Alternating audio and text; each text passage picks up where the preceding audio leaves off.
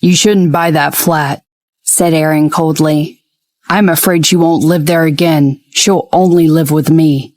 She will come and live there, and she'll like me, Jeffrey said, and then left with confidence. Sylvia noticed that the veins in her brother's head were throbbing, seeming to even jump out of his skin. So she hurriedly pressed a hand on his shoulder and said, Brother, chill. He only said that to make you angry. My sister-in-law is already pregnant. Can she possibly leave you? Aaron sat down unhappily. For many years, no one had dared to be so impolite to him. Nowadays, some young people are overconfident, as they have never suffered any bitterness. That is clearly one of them. Sylvia smiled. Aaron picked up the note that Sylvia had taken earlier, glanced at it and said, Ronnie Stewart. What an awful name. Sylvia didn't know what to say. His name sounds awful and he's ugly. He's only 20. He's a little boy. Aaron laughed scornfully, then threw the notebook down. My notebook didn't offend you, did it? Sylvia asked. How are you going to deal with the case? Aaron asked coldly. Esma's arm is injured. My colleagues have sent her to the hospital to treat her wound. Later, they'll bring her back here. Sylvia stayed silent for a short while, then said, I've contacted her husband. He isn't willing to come here. So I called Jenica. I think she's on her way here already. Hearing that, Aaron immediately pulled a long face. Sylvia spread her hands and continued, We need to solve this problem for good. What Rosaria did is an example. Do you want something like that to happen again? That's none of my business. Isaac caused all that trouble. Aaron was unhappy when he thought about it. Yet, at last, you and April suffered the consequences. Sylvia frowned. The police will put Esma in jail for a couple of months at the very most. It would be good if she realized how wrong she was in jail. But what if she doesn't? She would hate you and April even more. You can't kill her, can you? No matter how terrible she is, you need to follow the law. It's impossible for you to defend against someone like that effectively. You'll be fine, but what about April? You're going to have a child. You can't have your people protect them every single moment. Then I'll send her to a mental institution. She's incurable, Aaron responded flatly. The problem is that she doesn't have a mental problem. Jenica isn't silly. Sylvia glanced at him and said, Jenica is as blindly confident as you. But after all, she was a soldier. She won't be reasonable. And you can't fake evidence. She's working in the armed police force now. Do you understand me? Lewis' family is no worse connected than our family. Aaron closed his eyes, thought for a moment, and then looked at Sylvia coldly. Who did you call blindly confident? He asked. Sylvia was speechless.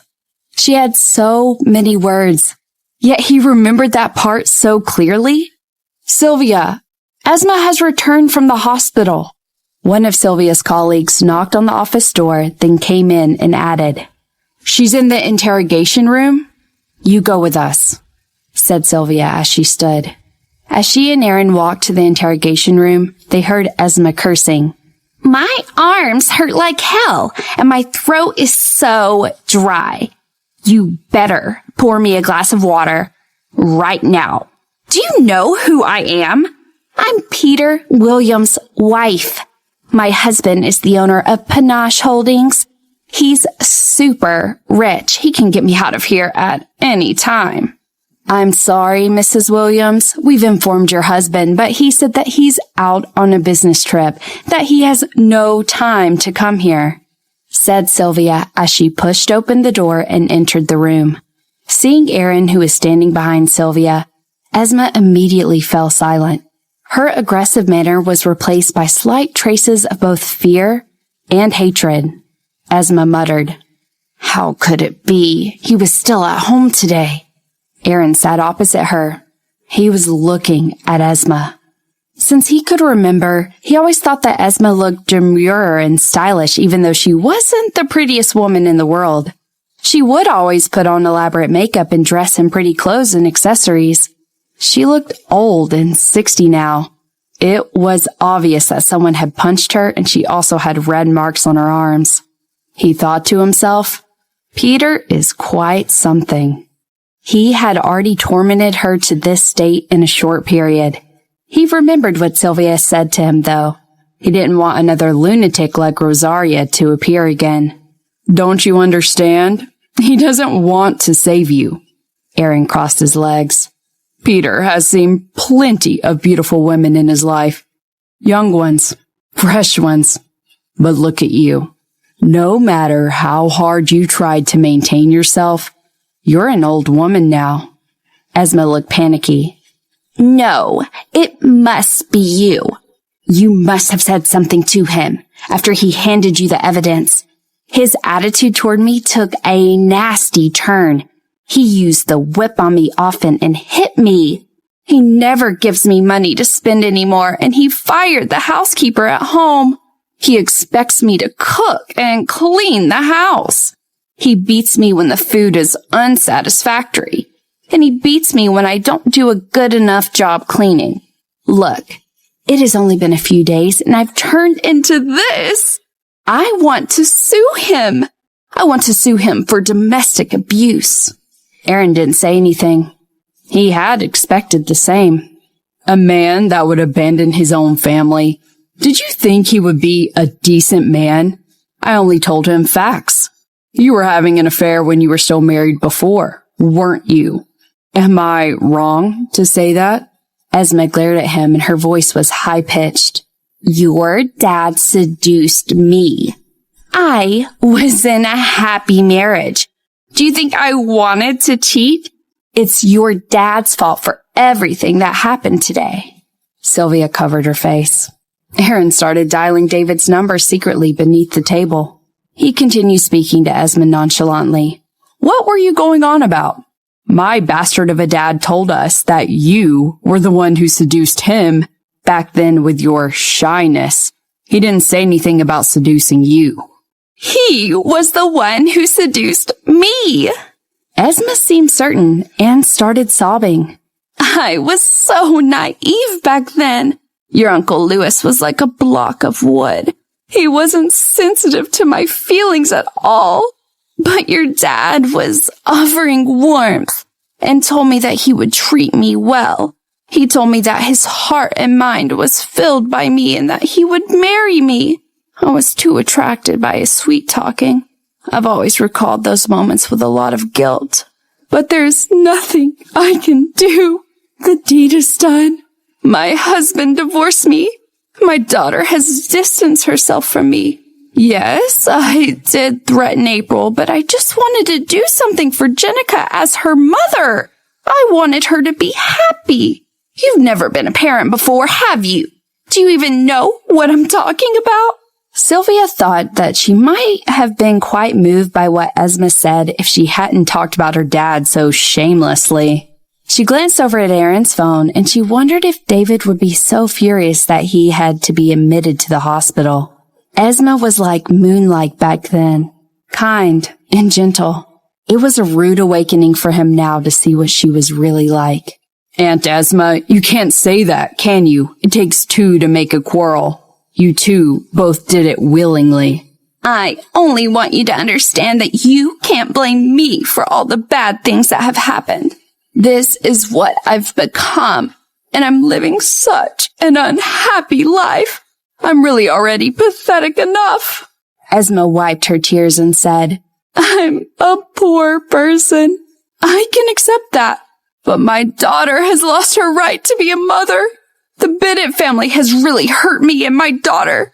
If I had a second chance, I would never listen to David's sweet words, nor would I let my daughter be with you.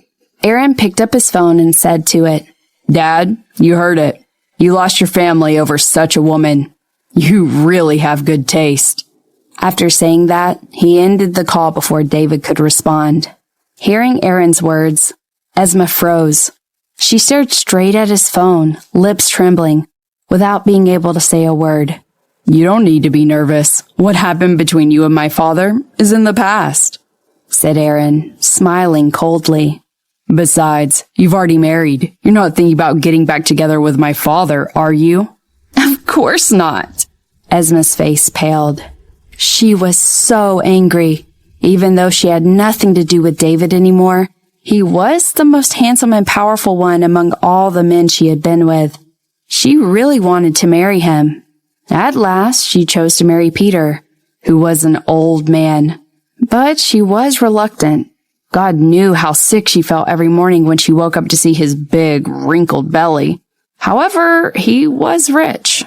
But now, she had even lost a man like Peter. She was really despairing. She couldn't accept the fact that she was living a worse life than what she had before. Aunt Esma, think about it carefully. Don't think that you can fool us. Sylvia glanced at her watch and said, Jenica will be here soon. How can you tell Jenica about this? Esma panicked. She covered her face, lips quivering. I can't let her see me like this. Sylvia frowned and said, If you really care about your daughter, you shouldn't do things like this. Last time, Jenica saved my grandmother. She has just had a promotion. Have you ever thought that if what you did today caused a serious consequence, or if somebody leaked it to the media, you might ruin Jenica's career? You're over 50. To be honest, as a mother, you are a failure. You claimed that our family hurt you and your daughter, but in fact, we never hurt you. You hurt yourselves. You were too stubborn and reckless. Before you decide to do something, can't you think of your daughter? I did. I thought about it. And then I decided that I want Jenica to get back together with Aaron, Esma murmured. Aaron crossed his arms. He didn't even want to say a word to that woman. She was inexcusable. But still, Sylvia wasn't willing to give up. 5 minutes later, Jenica knocked on the door and came in. Her hair was short. She was wearing a black t-shirt. Sylvia and Aaron hadn't seen her in a while. Her skin had turned darker than before, and a trace of heaviness or depression lined her sharp eyes. She was stunned when she saw Esma. She couldn't believe her own eyes, as if it was the first time she had ever seen her mother. Esma lowered her head. She wanted to bury her face in her hair. Sylvia signaled for the other police officers in the room to leave, then told Jenica what happened with simple words.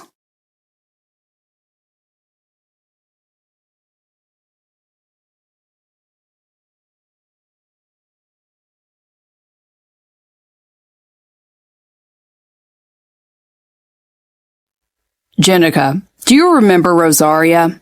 I hope your mother doesn't become like her. She seems like she's going down the wrong path. Did you know she pushed someone on the escalator today?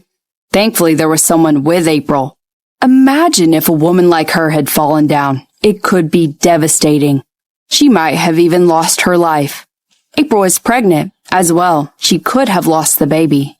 Jenica fell silent and continued to stare at Aaron. It was as if someone was cutting her heart up with a sharp knife. Hurt.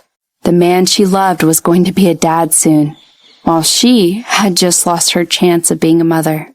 Esma was completely stunned as well. She hadn't expected April to be pregnant.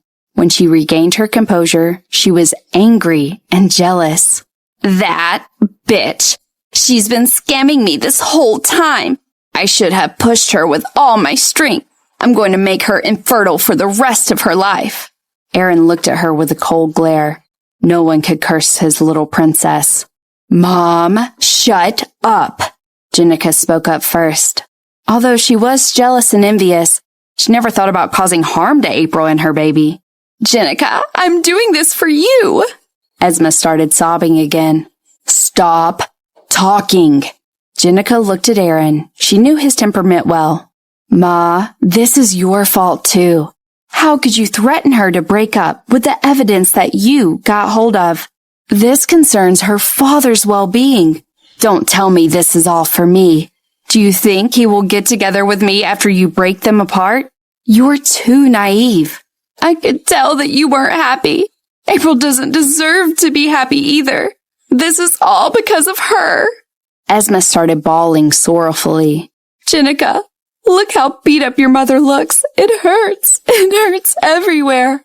Jenica closed her eyes. It was difficult for her, even though she was strong.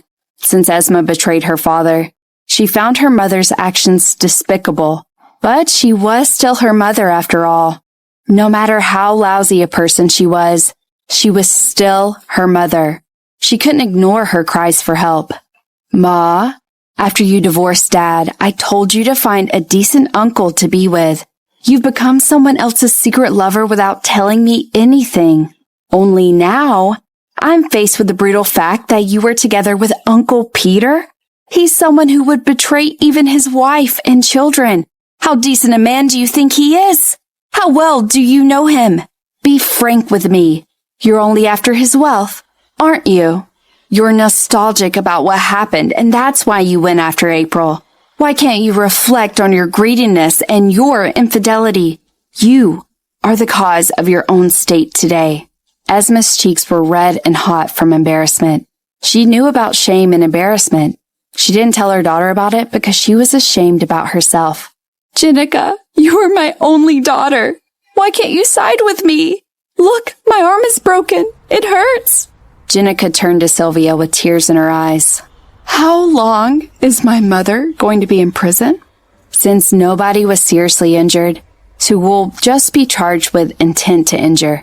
She will probably be locked up for 2 to 3 months to receive punitive education. Sylvia turned to look at Aaron. Of course, if the victim wishes to pursue further legal action against her, such as suing her for intent to murder, she'd be penalized with a heavier sentence. Esma was shocked. I didn't kill anyone. I don't want to go to jail. Sylvia was flabbergasted. Why hadn't she thought about the consequences of her actions? Aaron? Jenica looked at Aaron and said, I'm not asking you to pretend it didn't happen. My mother did something wrong, and she will go to prison if she needs to. But please don't sue her for murder. She is my mother. She is an awful person. But still, she is my mother. Please, don't do it. Just think of it as payback for me, for saving your grandmother. She was too proud to mention that she saved his grandmother. After all, it was her duty to save people. Saying that out loud might seem like she was disgracing herself, but she had to mention it. Aaron raised his eyes coldly. He stared at Esma for half a minute, then finally started talking. All right, I won't sue her, but you have to promise me that from now on, your mother will stay as far away from us as possible, and that she'll never show up and act like a crazy woman. To be honest, if my baby had died today, or if something bad had happened to April, I'd make her wish for death. He stood up, his face filled with anger and cruelty. I'll be honest with you. If you can't restrain your mother, disown her as soon as you can. Don't let her become your problem. Esma looked at Jenica with both fear and concern. Jenica, please don't abandon me. You're all I have. If even you abandon me, I think I would just die. She burst into tears again. I promise I'll never do anything like that again. It was a spur-of-the-moment thing. I got angry when I saw April, but I never wanted to hurt her. Jenica smiled bitterly and said, I get it. Aaron, Sylvia, thank you both. I'll take off then, Aaron said and walked outside. Esma made him sick. Jenica, I don't want to go to prison. Can I not go to prison? Esma looked at Sylvia and begged. Jenica frowned and said, If you're afraid of going to prison, you shouldn't hurt people. Peter hasn't shown up yet. I think you can give up on him now. Divorce him when you're released after serving your sentence. Then come and live with me. I'll keep an eye on you in case you hook up with some other guy. On his way back, Aaron got a call from David. What was going on just now? Like what you heard? Aaron asked, sounding careless. On the other end of the phone, David breathed heavily for a while, then said through clenched teeth, I was so blind. You finally realized that, Aaron snorted scornfully. David was so angry that he nearly passed out. When he had heard what Esma said through the phone, he trembled with anger. He regretted what he did so much that he couldn't even sleep sometimes. However, he had never blamed anyone but himself. But recently, Esma renewed his thoughts over and over again. He didn't thoroughly realize how shameless that woman was until the day. I never seduced her, David said, horrified. I never gave her any gift or promised to marry her. All right, don't tell me about those shitty details, Aaron snapped. David gave a long sigh and said earnestly, Aaron, you need to help me. I can't forget your mother. Don't you want us to be a happy family again like we used to be? I promise that I'll be so nice to her. I won't be like before. Like before? You can't be like before even if you want to, right? You're so old. Can you still do that? The past. I'm afraid it's hard to go back to the past. You're so old now. Are you able to? Aaron said casually, but it tore his father's heart. David was furious. Are you going to side with an outsider? I'm sorry, but I can't help you with this matter. Mother dragged out the divorce for the sake of Sylvia and me. She finally freed herself from the shackles of your broken marriage. I can't bear to lock her down with chains again. What have you done for her to salvage the relationship anyway? You haven't been able to put aside your pride in all these years, Aaron said accusingly. Also, do you take me for a fool? I know that you would have still thought that Mother was too absorbed in her work to show care and concern for the family if Esma's true colors were not exposed. You always thought that she wasn't gentle, caring, and docile enough as a wife. You weren't even that sorry about what you had done. But now you finally regret your actions. You finally recognize the good in my mother, so you're trying to win her back, but you're not doing anything yourself. David's face was red with embarrassment. She wouldn't talk to me every time I called her. If you're trying to win her back, you should try all sorts of methods. How much effort have you put into this? Not much, have you? Don't try to get me or Sylvia to convince Mother. Anyway, Mother has found someone who treasures her. You shouldn't go bothering her anymore. Aaron hung up after saying his piece. On the other end of the line, David was staring at his phone, and all of a sudden, he felt old. Back at the villa, April was awake already. She hadn't gotten out of bed yet and was using her phone under the duvet. The doctor said that her baby might be affected and that the back of her head was still sore. She didn't dare to climb out of bed yet. How is Esma? She guessed that he must have gone to the hospital. Aaron sat by the bedside and talked as he watched her play her mobile game. Esma has been sentenced to 2 weeks of re-education. Jenica said that she would keep an eye on her after she's released to make sure she doesn't do anything foolish again. She shouldn't give us any more trouble from now on. She still cares a lot about her daughter. April hummed to acknowledge him. That's for the best then. You're not upset? Aaron was relieved. He felt bad since he had eventually let her off easy on the account of Jenica. If you had put her in prison for a couple of years, it would be too harsh. Jenica would feel uncomfortable as well. April replied, her eyes still glued to the screen. Jenica didn't have a choice over who her mother was. Back then, when the whole country despised my father, I was put on the spot. Too bad. It's my father. He gave me the gift of life. Aaron stared at her for a while before snatching her phone away. Give that back. I haven't finished this round yet. The team is waiting for me. April reached out to grab her phone. You're not well now. You should lie down and rest. Aaron threw the phone aside. He didn't get why girls nowadays were so absorbed with their mobile games. I just found out when I was at the police station earlier that the guy who saved you earlier moved into the apartment next to yours. Oh, April answered casually. You knew about that? Aaron asked when she seemed unsurprised by the news. Winnie told me about it. April shrugged. His place was still under renovation. Aaron's face looked glum. You didn't tell me. April bit her lip. I was afraid that you would be jealous. Are you worried that I won't let you stay at your apartment anymore? Aaron grinned. He could guess what she was thinking about.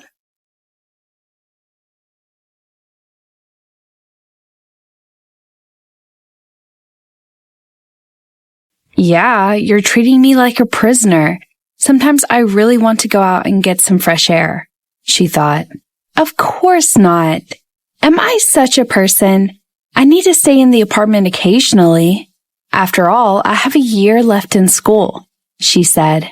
Aaron objected.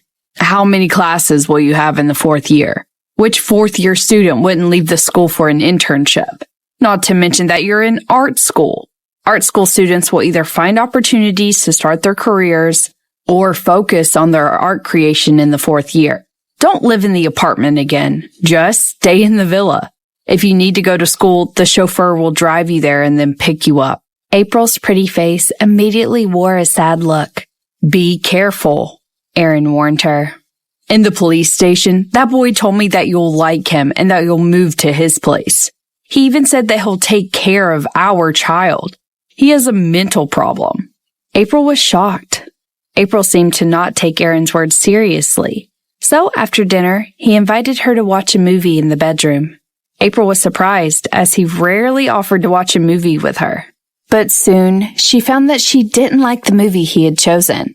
In the movie, a man who was secretly in love with the main character stalked her, even collected her underwear. That was so disgusting. Sitting beside her, Aaron added details. It's sick, twisted, but I found it rather familiar. Why is this man so much like the boy that I saw earlier today? April didn't know how to respond. She finally understood why he had invited her to watch that movie. Aaron shook his head and continued in a deep voice. Nowadays, there are too many unhealthy people. You need to be careful. Winnie is rarely at home. If some man broke into your room in the middle of the night... Stop it! April started feeling very uncomfortable. She was pregnant, and she was supposed to maintain a good mood. Now she was frightened by what he said. I don't want to watch this, she said and turned off the TV. All right, this kind of movie is not good for the baby. Aaron laid down on his side, stroking her belly. April rolled her eyes, saying, Why did you let me watch it then? I picked it at random, Aaron said innocently. April stayed silent. While stroking her stomach, Aaron started feeling something else. However, the doctor said that they had to avoid sexual intercourse. He suddenly wanted to go back to the police station to hit Esma. She did not only scare his little princess, but also took away his satisfaction. Lukesville. Isaac spent 4 days in the hospital. His doctor discharged him on the 5th day. Mira went downstairs for the discharge procedure.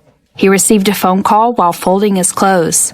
Seeing the number, he was a little surprised because he hadn't contacted that person for a long time. Mr. Davidson, about what you told me to look into, there's a result, said the man on the other end of the phone. I managed to find some people who were Kenneth's students 20 years ago. They said that your mother was deeply favored by Kenneth in the 4th year of university. Everywhere he went, he took her with him. They even showed up together in a few public projects. I've known all this for a long time. Is there anything else? Isaac said in a cold voice. That was not the information that he was looking for. Yes. That man paused briefly, then continued. It's said that during that period of time, Kenneth was in a bad relationship with Melissa. He often stayed out all night. Mira brought supper to his office almost every single night. What else? She never missed even one of his lessons. From the short films that she and Kenneth shot together, they went out to do location scouts. I can tell you that your mother liked Kenneth. Jeremy, don't tell me that you've already transferred back to Rosewood City. That is true, Jeremy said with a deep voice. So many things happened in the past couple of months while I wasn't around.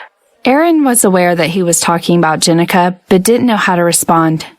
Let's have dinner together. I've booked us a table, said Jeremy. Let's celebrate that I finally got transferred back. Aaron stayed silent for a short while, then said, Jeremy, I'm sorry. April is in the risk of miscarriage these days. She's pregnant? Jeremy was shocked, then started feeling uncomfortable. After all, Jenica was unable to bear children, and not long after they found out, April got pregnant. Yeah. All right. It's okay if you can't come. Jeremy ended the call. Aaron sighed slightly. He went upstairs. While walking out of the elevator, he saw Richard chatting with the secretary. Seeing him, Richard waved and said, Jeremy called me and invited me for dinner this morning. When will you be there? I'm not going. Aaron shook his head, interrupting. Why? Richard was surprised. It's not because of Sylvia, is it? Even though they've broken up, you and him are still friends. You've been friends for decades. You are army buddies, too. Now he finally got transferred back. It's not right that you won't go to dinner. Aaron patted him on the shoulder and signaled for him to talk in his office. They went into the office. Aaron swiftly shut the door, then said, It's not because of Sylvia. Jeremy is certainly unhappy for what happened to Jenica. He might mention that at dinner. I guess he's not a fan of April. I don't want him to feel uncomfortable. We're going to celebrate his return. If you don't even show up for such an important thing, he'd feel even more uncomfortable. Richard thought for a moment, then said, How about this? You're not going for the dinner, but after dinner we'll go for karaoke. You should at least show up for a little while then. He's been out there in the army for over 10 years. You need to be there unless you don't want to be friends with him anymore. And seriously, if you don't show up, he'd dislike April even more deeply. Isaac gripped his phone and his fingers were trembling. The man asked over the line, Mr. Davidson, are you still there? Why didn't you find out about this when I asked you to investigate back then? Isaac's voice was low over the phone. Many of Kenneth's students from 20 years ago had left the country. Either that or they have moved to other cities. The only people I managed to interview were the other professors that worked with Kenneth then. You had limited funds to investigate the matter too. I flew over to Singapore personally this time to talk to your mother's classmates, and the classmate hooked me up with some other acquaintances as well. Isaac hung up before he could finish. He walked around the ward like he was in a daze and suddenly smashed his phone against the wall. His phone cracked into pieces. One of the fragments hit one of Clark's pants legs as he walked in.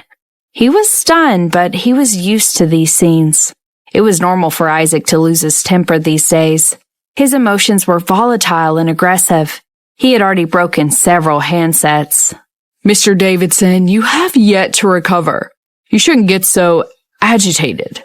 Clark picked up the phone pieces. Isaac was silent. He slowly stooped down and buried his handsome face into his knees and started pounding on his head. Clark watched him as his shoulders trembled. He was shocked. He wasn't sure if he was seeing right. He had seen Isaac lose his temper countless times, but this was different. Even his shadow reflected his desperation and agony. Where's my mom? Where's Mira?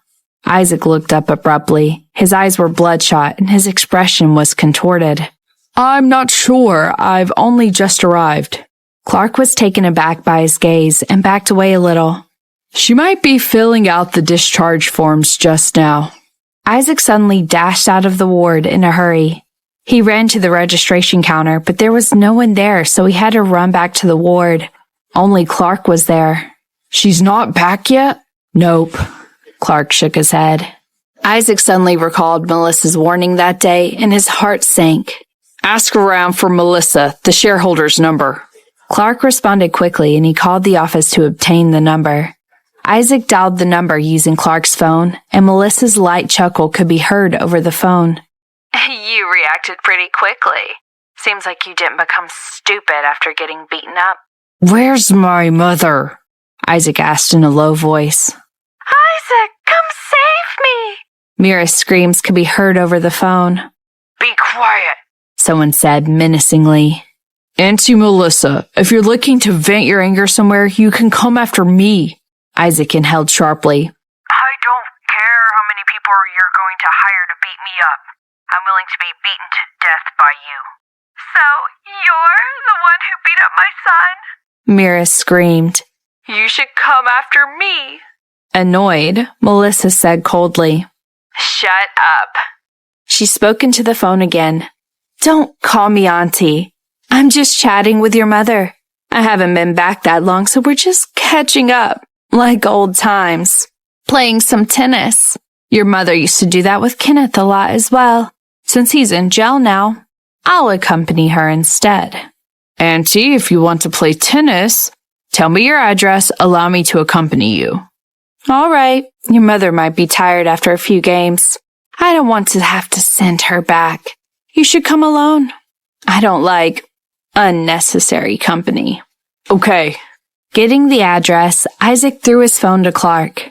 Are you really going to go? Do you need me to call the police? Recalling how awfully he was injured last time, Clark said with concern. Maybe I should tell April about this. Don't bother. Melissa hadn't talked to April yet, meaning that he must have his own plan. Isaac shook his head expressionlessly. Besides, she said that they're playing tennis, and she gave me the address. She's either well prepared for something or she's only going to scare my mother. If she's going to attack me, in the worst case, I'll come back to the hospital. He paused briefly, then laughed bitterly. If that happens, the trial will be postponed again, and that'll be a good thing. Clark replied with a serious look. April's mother is really brutal. April is nothing like her. Isaac stayed silent. He had asked around about Melissa before. She grew up in an orphanage and she feared nothing. Her growth environment had made her a tough person. In the sealed tennis court, Mira was pushed to one side of the court. Melissa stood in front of her, holding a tennis racket with one hand, the other hand tossing a tennis ball. Her lips curved in a careless smile. Melissa, what do you want? Mira was frightened. Melissa was only 19 when she had April. Now she was only about 40. Her skin was well cared for. She and Mira were about the same age, but Mira looked much older. She was still the same as 2 years before, brave, as if she never feared anything. Unlike her, Mira was scared. During the past 20 years, she was never happy. What do you think I want? What did you say to your son? Melissa tossed the tennis ball and swung the racket, sending the ball to Mira. The swing was accurate and fast, and the ball hit Mira hard, making her scream in pain. Miss Melissa, your ball? Her assistant quickly handed her another tennis ball. Seeing that, Mira's legs went limp. She hurriedly moved to leave, but before she crossed the line, someone pushed her back. Let me ask you something. Why did Isaac frame Kenneth? Why did he hurt my daughter? Did you tell your son to do that? Melissa hit another ball at her. Mira felt those balls as heavy as sandbags. Those balls hit her and bruised her skin. Melissa, you're not playing tennis. You're attacking me. I'll call the police. Mira couldn't help but cry in pain. Have you been living such a good life these years that you can't even take this slight pain? Melissa sneered. 20 years ago, because of you, I had no choice but to leave my hometown. Back then, I was pregnant. How much pain and bitterness have I suffered? I gave you an opportunity to be Mrs. Eisenberg. You failed to take it, and then abetted your son to execute revenge on April? 20 years ago, you were scum, and today, you're even worse. The more she said, the angrier Melissa was. She picked up another ball and sent it to Mira violently. This time, the ball hit Mira in the forehead. A moment later, a corner of Mira's eye started bleeding. A sudden dizziness overpowered her and made her sit on the ground. She put a hand to her face and touched sticky blood. Instantly, she burst into tears. You think I wanted all this? I never had one happy day all these years. You think Kenneth ruined your life, but didn't he ruin mine too? You have no idea that he never loved me.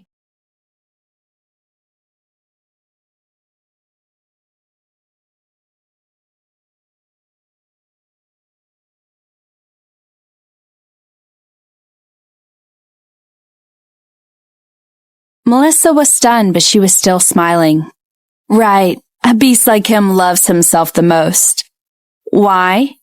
He didn't want to take responsibility for you after playing with you. You have nothing to complain about, though. You had a child long before you were with him. Isaac is even older than April. Kenneth never touched me. Never. Mira turned to laugh. Half of her face was covered in blood. It was a gory sight. He always only loved you, Melissa.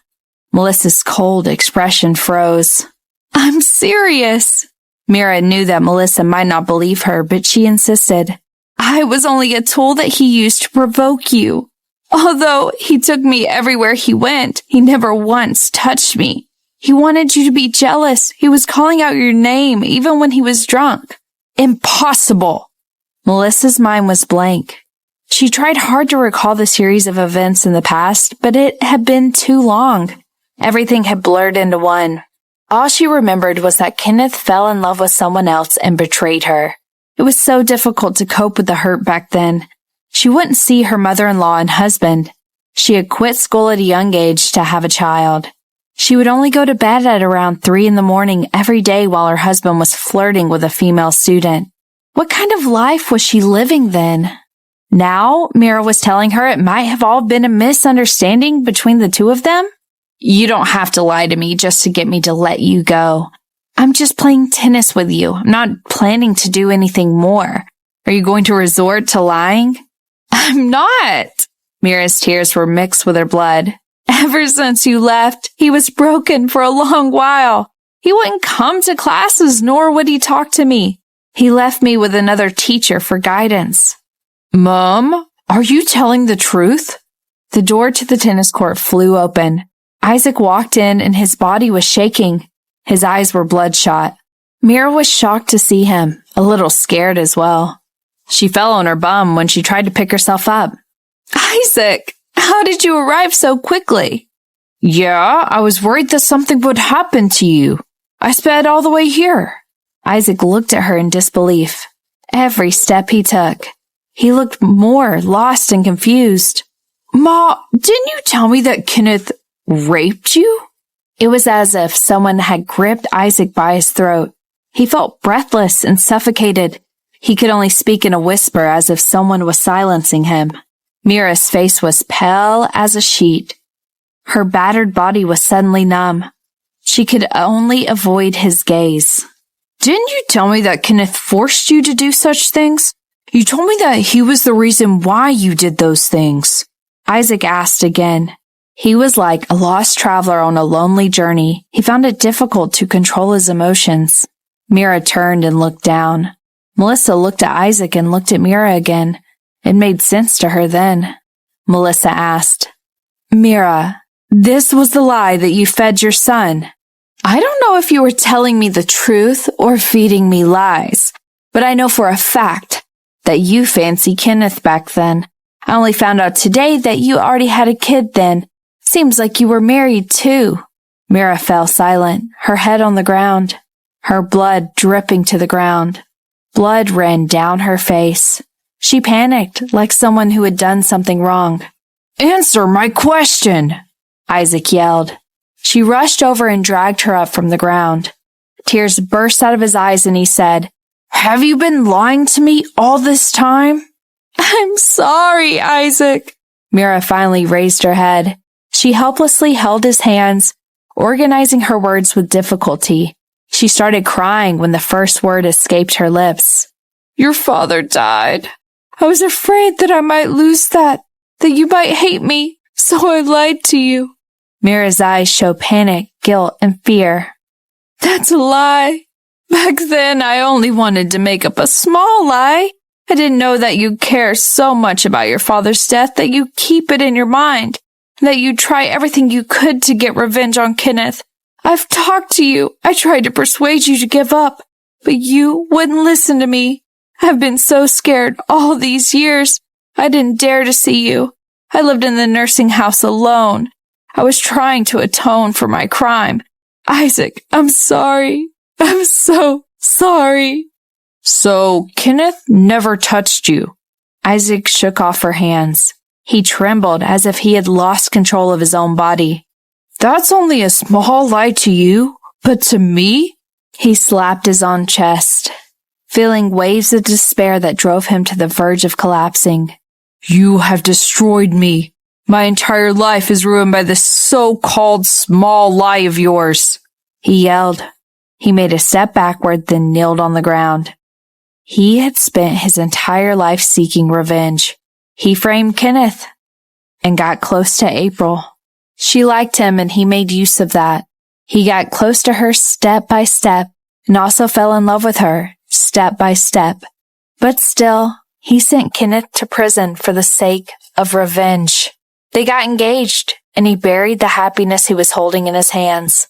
God knew how hard his heart ached when he had to hurt her. It was like piercing a knife into his own body. He hurt her and also hurt himself. Once and once again, he hurt April with lowly actions. He forced away the girl that he loved over and over again. He sent her to another man. They fell in love and they had a child. He lay on the ground and bawled. He lost the person that he loved the most. He was crippled with despair. Isaac? Mira tried to touch his hand. Go away! Isaac pushed her away, stood up and said, I won't have a mother like you. Isaac, don't leave me. You're all I have. Mira looked at him with despair. Yeah, I'm all that you have, but you watch me make more and more and more mistakes. How do you expect me to atone for it? Isaac laughed and cried. If you had told me earlier, I'd marry April and we'd have so many children. But now I have nothing but my bad reputation. I'm going to prison soon. I'm going to prison. Now are you happy? After saying that, he turned and shambled out. Mira tried to follow him, but staggered after just a few steps because she had lost so much blood. Melissa walked over and said, Mira, I don't know all the details, but I can guess some. You have really destroyed your son. He has no way back now. If you really want him to be good, just tell him to turn himself in. Don't let him repeat his mistake. This time, she didn't try to hurt Mira. That woman was probably going to spend the rest of her life in regret for that so-called small lie. Her daughter had suffered so much pain. Bennett Villa. Aaron was having breakfast with April.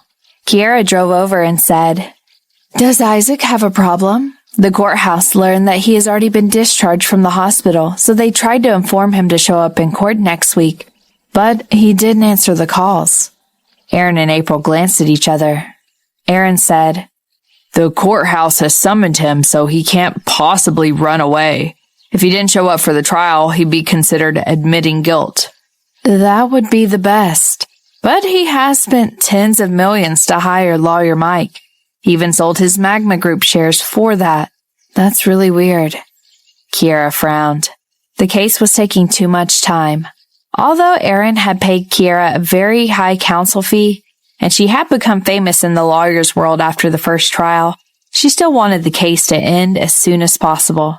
Is it possible that Lawyer Mike failed to come up with a way to defend him, so he gave up? April took a sip of milk. She really hoped that what she said could be true. Kiera shook her head and said, How can it be possible? Lawyer Mike will do anything to win. All lawyers know that. Hearing that, April lost her appetite. Aaron turned and wiped the corners of her mouth with a napkin and said, Look at you. The milk is all over your lips. Don't worry. I'll send my people to look for Isaac. In the parking lot of Splingo, Aaron unfastened his seatbelt. His phone suddenly rang. Aaron rubbed his forehead. He pondered for a moment before nodding his head. Oh, right. Since you're not going to dinner tonight, you have to go for a film industry meeting in the afternoon. It will last until about 6 in the evening. I wasn't going to go for dinner at first and was going to head straight to KTV. You can go for the meeting since you aren't going to dinner, Richard said. Aaron looked grumpy after hearing that. Are you pushing your work responsibilities onto me again? I remember that I put you in charge of matters relating to film and media. Isn't this for the sake of April entering the entertainment industry? You can't just wash your hands of this once she gets pregnant. Richard smiled sheepishly. Look, I've been running around for business these last couple of days. You only went to California and New Jersey. Aaron looked at him with sarcasm. Because Jennifer was going to be there too. How is your progress with Jennifer? Aaron turned to sit on the sofa. I'm about to be a father now. As someone who is about to become a dad, I feel sorry for you. I can't believe you're still single. Richard glared at him. She's a workaholic. The company did arrange for her to be at the meeting, but she had projects that she was working on. She didn't turn up at all. Too busy filming. She can do that? Richard sighed. She told me that her goal was to win an Oscar within the next 2 years. Director Nguyen is filming an old society drama and she's participating in the project. She's dressing as a villager and she comes to the meetings in those set costumes as well. Frankly, she looks a little crazy. She said it was method acting and her breath smells of garlic. Aaron was turning on the leather chair. He looked sympathetically at him. I thought she was an idol, so the Oscars wouldn't notice her. I thought so too. I thought she was pretty decent amongst the young actresses. I guess she wants to be known for her acting skills. All the best to you. Aaron could only offer his condolences. Before Richard left, he said, Pay attention at the meeting today. The film and media industry is doing pretty well at the moment. There are many hot movies and television dramas. There are going to be a lot of directors, producers, and scriptwriters at the meeting today. They will be analyzing the data and presenting a projection of the industry growth. Most of the major film companies will be there as well. Okay. Around 2 p.m, Aaron was on his way to Westeros. Westeros was an old town close to Rosewood City. Its surroundings peaceful and serene. Several major film meetings were held there nowadays. Neon was only brought over by Aaron last year, so it was his first time at such a meeting. There weren't any celebrities or reporters at the event. Aaron signed on the guest list and walked into the venue. Mr. Bennett, I didn't think you would make the trip down yourself today. The organizer, Mr. Morgan, walked over to welcome him. Mr. Richard has some personal business to attend to. Aaron added, Please take a seat. You're in the first row. Mr. Morgan showed him further in. There's quite a number of people here. The CEO of Galaxy, chairman of the Reagan Holdings Board of Directors, and the new director of Starlight Films. Starlight? Aaron looked over. I'm referring to the Magma Group. They've just changed their name to Starlight. Mr. Morgan remarked. Magma Group was all the craze last year at this time, especially when the film resort and villa opened. There were over a dozen CEOs who went down to congratulate their success. Isaac has already lost his competitive edge after only a short year. He can't even be considered top 10 anymore. Aaron listened to him nonchalantly.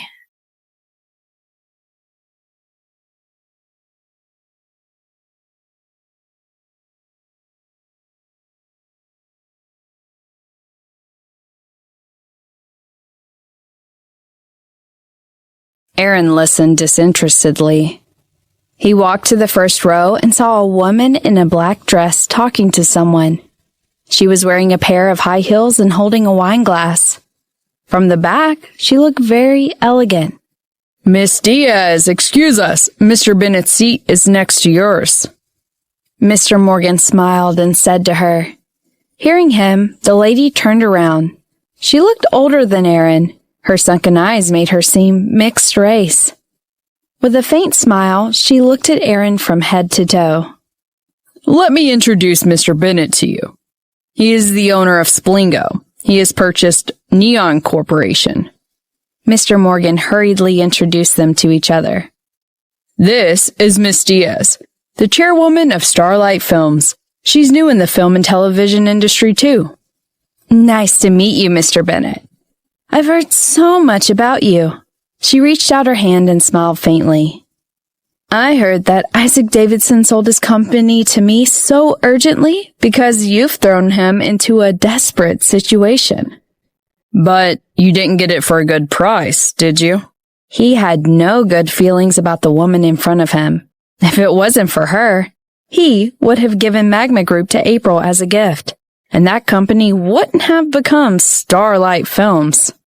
It was not cheap, indeed, but too many people want it. I could only raise the price a little, she sighed. Aaron wasn't happy, so he didn't want to spend too much time chatting with her. Can you please step aside? I need to get in, he said flatly. Melissa raised her brows. Sensing the unhappiness that radiated from him, she said, The meeting hasn't started yet, Mr. Bennett. You don't need to get to your seat in a rush, do you? We can talk.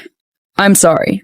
Based on my knowledge about the film and movie industry, what you've been talking about is just superficial, Aaron said coldly. Melissa stayed silent. She was a little angry. Aaron was too arrogant. He was even more arrogant than her son. Yeah? She swirled her wine glass and said, "In this case, Mr. Bennett, please just share your knowledge with us. I just heard from Mr. Dyer that now was the time when the traditional film and movie will compete with the internet-based works. How do you think we should look for new opportunities and new trends under the current circumstances?" If I told you, I'd be raising a strong enemy against our company, Neon Corporation. I can understand it, though. Miss Diaz, as someone who sells iron and steel, you must feel a little confused as you have come to America to start your film business. Let me tell you something.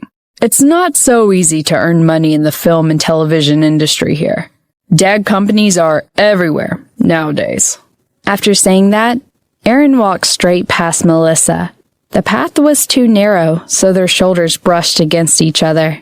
Melissa's wine glass shook slightly. She was so angry that her face paled. Mom, why did you argue with him? You can simply ask me about it. You don't need to ask him. Jeffrey Lewis walked over from the other side, wearing a still gray color suit. Seeing him, Aaron's face turned green. Why was that boy everywhere?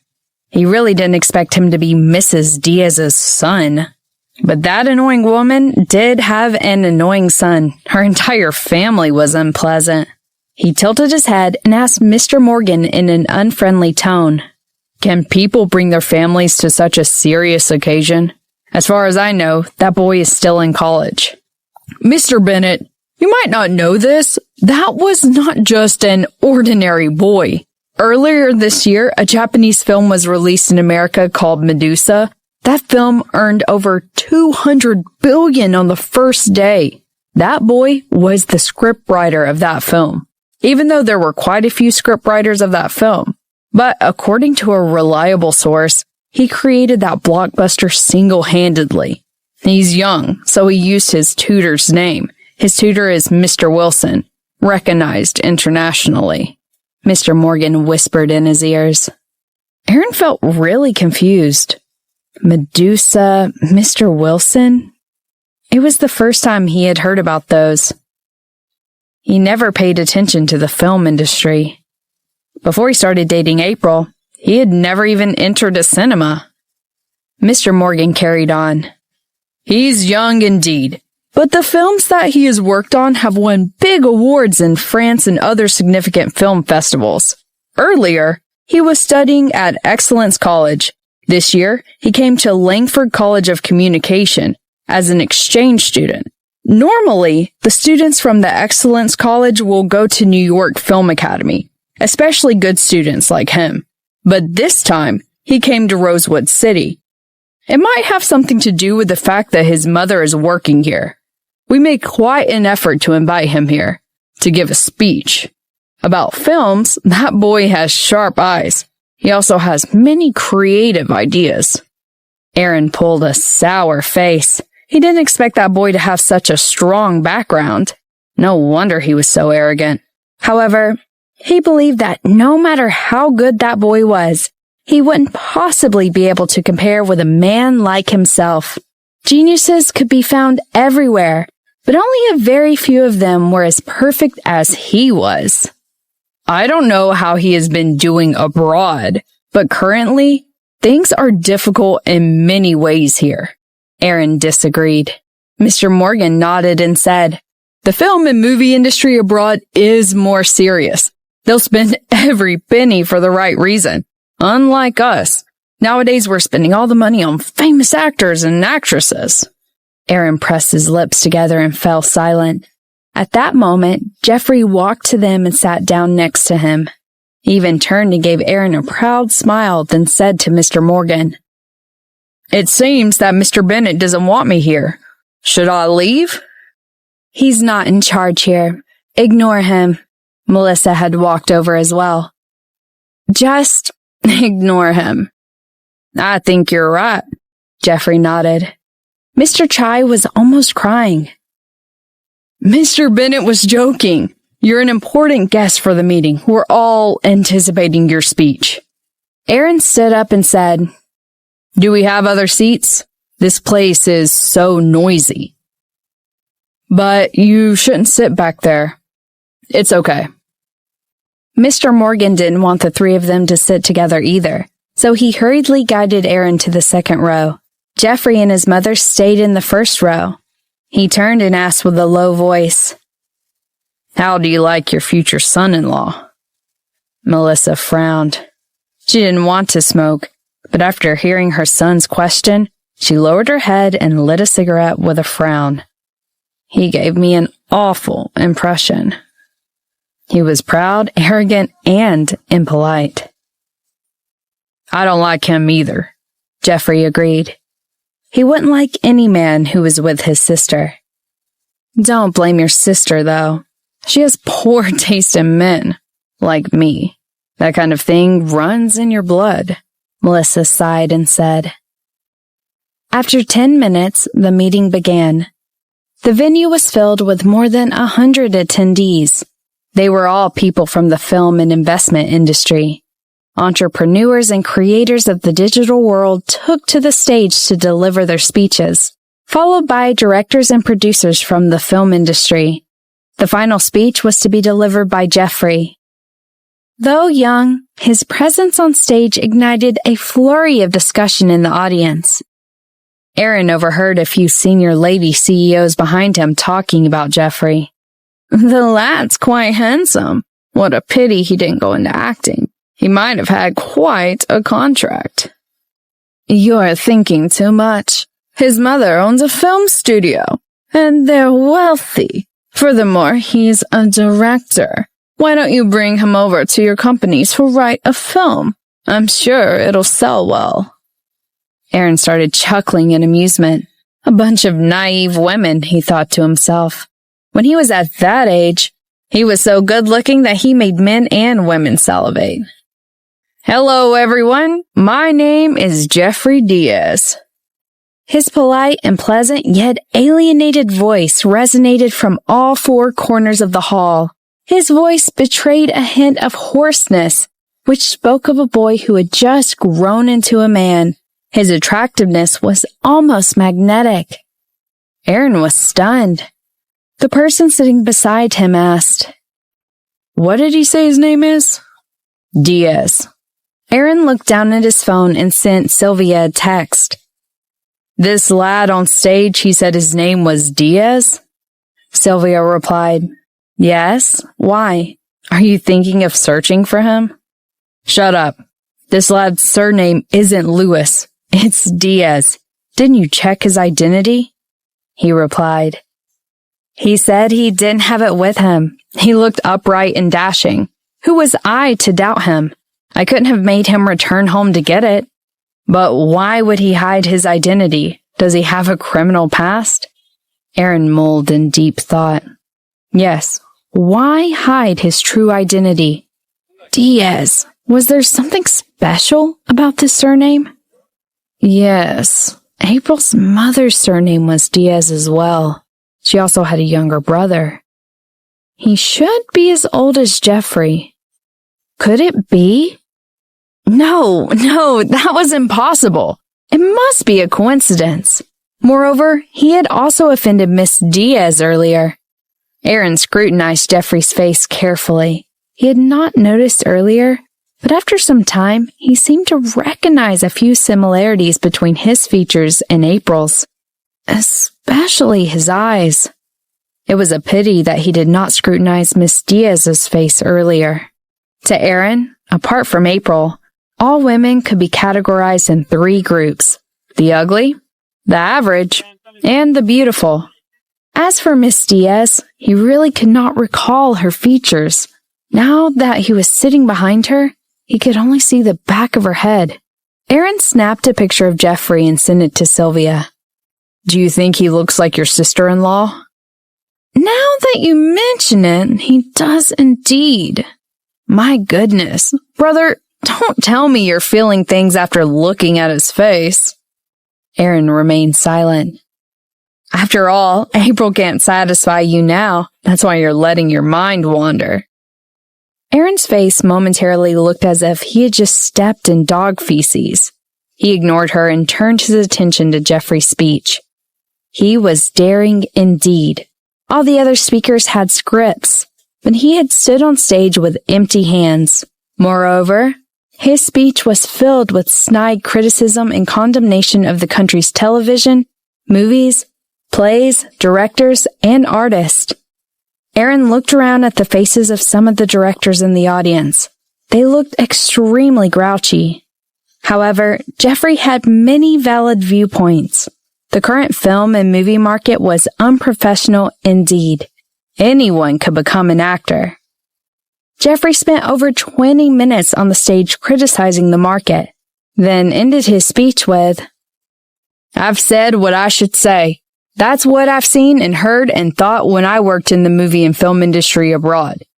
You can do what I suggest or you cannot. That's your decision to make. I'm not running a film company and I'm not investing in any film either." Finished, he walked off the stage in an elegant manner. Then, thunderous applause was heard. The meeting was over. Aaron stood up. Once he moved a foot, he saw a large group of people move toward Jeffrey and his mother and surrounded them immediately. He was planning to have a short conversation with Miss Diaz, but now he had to give up. He stood some distance away, watching them, carefully observing Miss Diaz's face. The longer he watched, the quicker his heart beat. She looked quite similar to April. With a heavy heart, he walked outside. Marvin drove the car. Seeing the sour look on Aaron's face, he felt heavy-hearted too. "Mr. Bennett, how's the meeting?" he said. "Good," he said woodenly. "Why are you so unhappy then?" Marvin wondered. "Marvin, I need you to do a background check on 2 people for me, as soon as possible," said Aaron. "Who?" "Miss Diaz and Jeffrey Diaz from Starlight Films." Marvin paused briefly. "I think Miss Diaz may be April's mother," Aaron said. "And Jeffrey, her brother." Marvin's mouth dropped open in shock. "Sir, you can't think that she's Miss April's mother only because her last name includes Diaz," Marvin said. "It's too coincidental." He responded with a few simple words. Miss Diaz showed up suddenly, bought Magma Group, and Jeffrey lived next door to April? It would be really great news if Miss Diaz is really Miss April's mother. This would also help her improve her social standing, since Diaz family is one of the top 100 companies in the world. In this case, you'll never need to worry that your grandpa might be opposed to your marriage. After all, he values family background the most. "I hope she's not," Aaron said a while later. "Why? Don't you want Miss April to reunite with her mother?" Marvin was left perplexed with Aaron's words. "It's not like that." Aaron rubbed his forehead. "Just now, I accidentally offended April's mother." Marvin was speechless. "All right, Mr. Bennett, you don't need to use accidentally. It's really normal for you to offend other people, but if she really is April's mother, you have already offended your future mother-in-law and brother-in-law. Why do I feel so good about it?" Marvin thought. "You shouldn't be so sharp-tongued. You deserve it." 1. Westro's was an hour's drive from Rosewood City, an hour and a half away from the karaoke club that Jeremy had mentioned. Aaron and Marvin had a quick dinner at a restaurant on their way back. About 8 in the evening, he got a phone call from April. "Have you reached home safely?" she asked. He felt comfortable, as she had started to call him when he didn't come home, and worry about him while he was driving at night. "I'll be home in an hour." "Ah, it's okay." Hearing her words, he paused and asked, "Jenica might be here tonight. Aren't you worried or jealous at all?"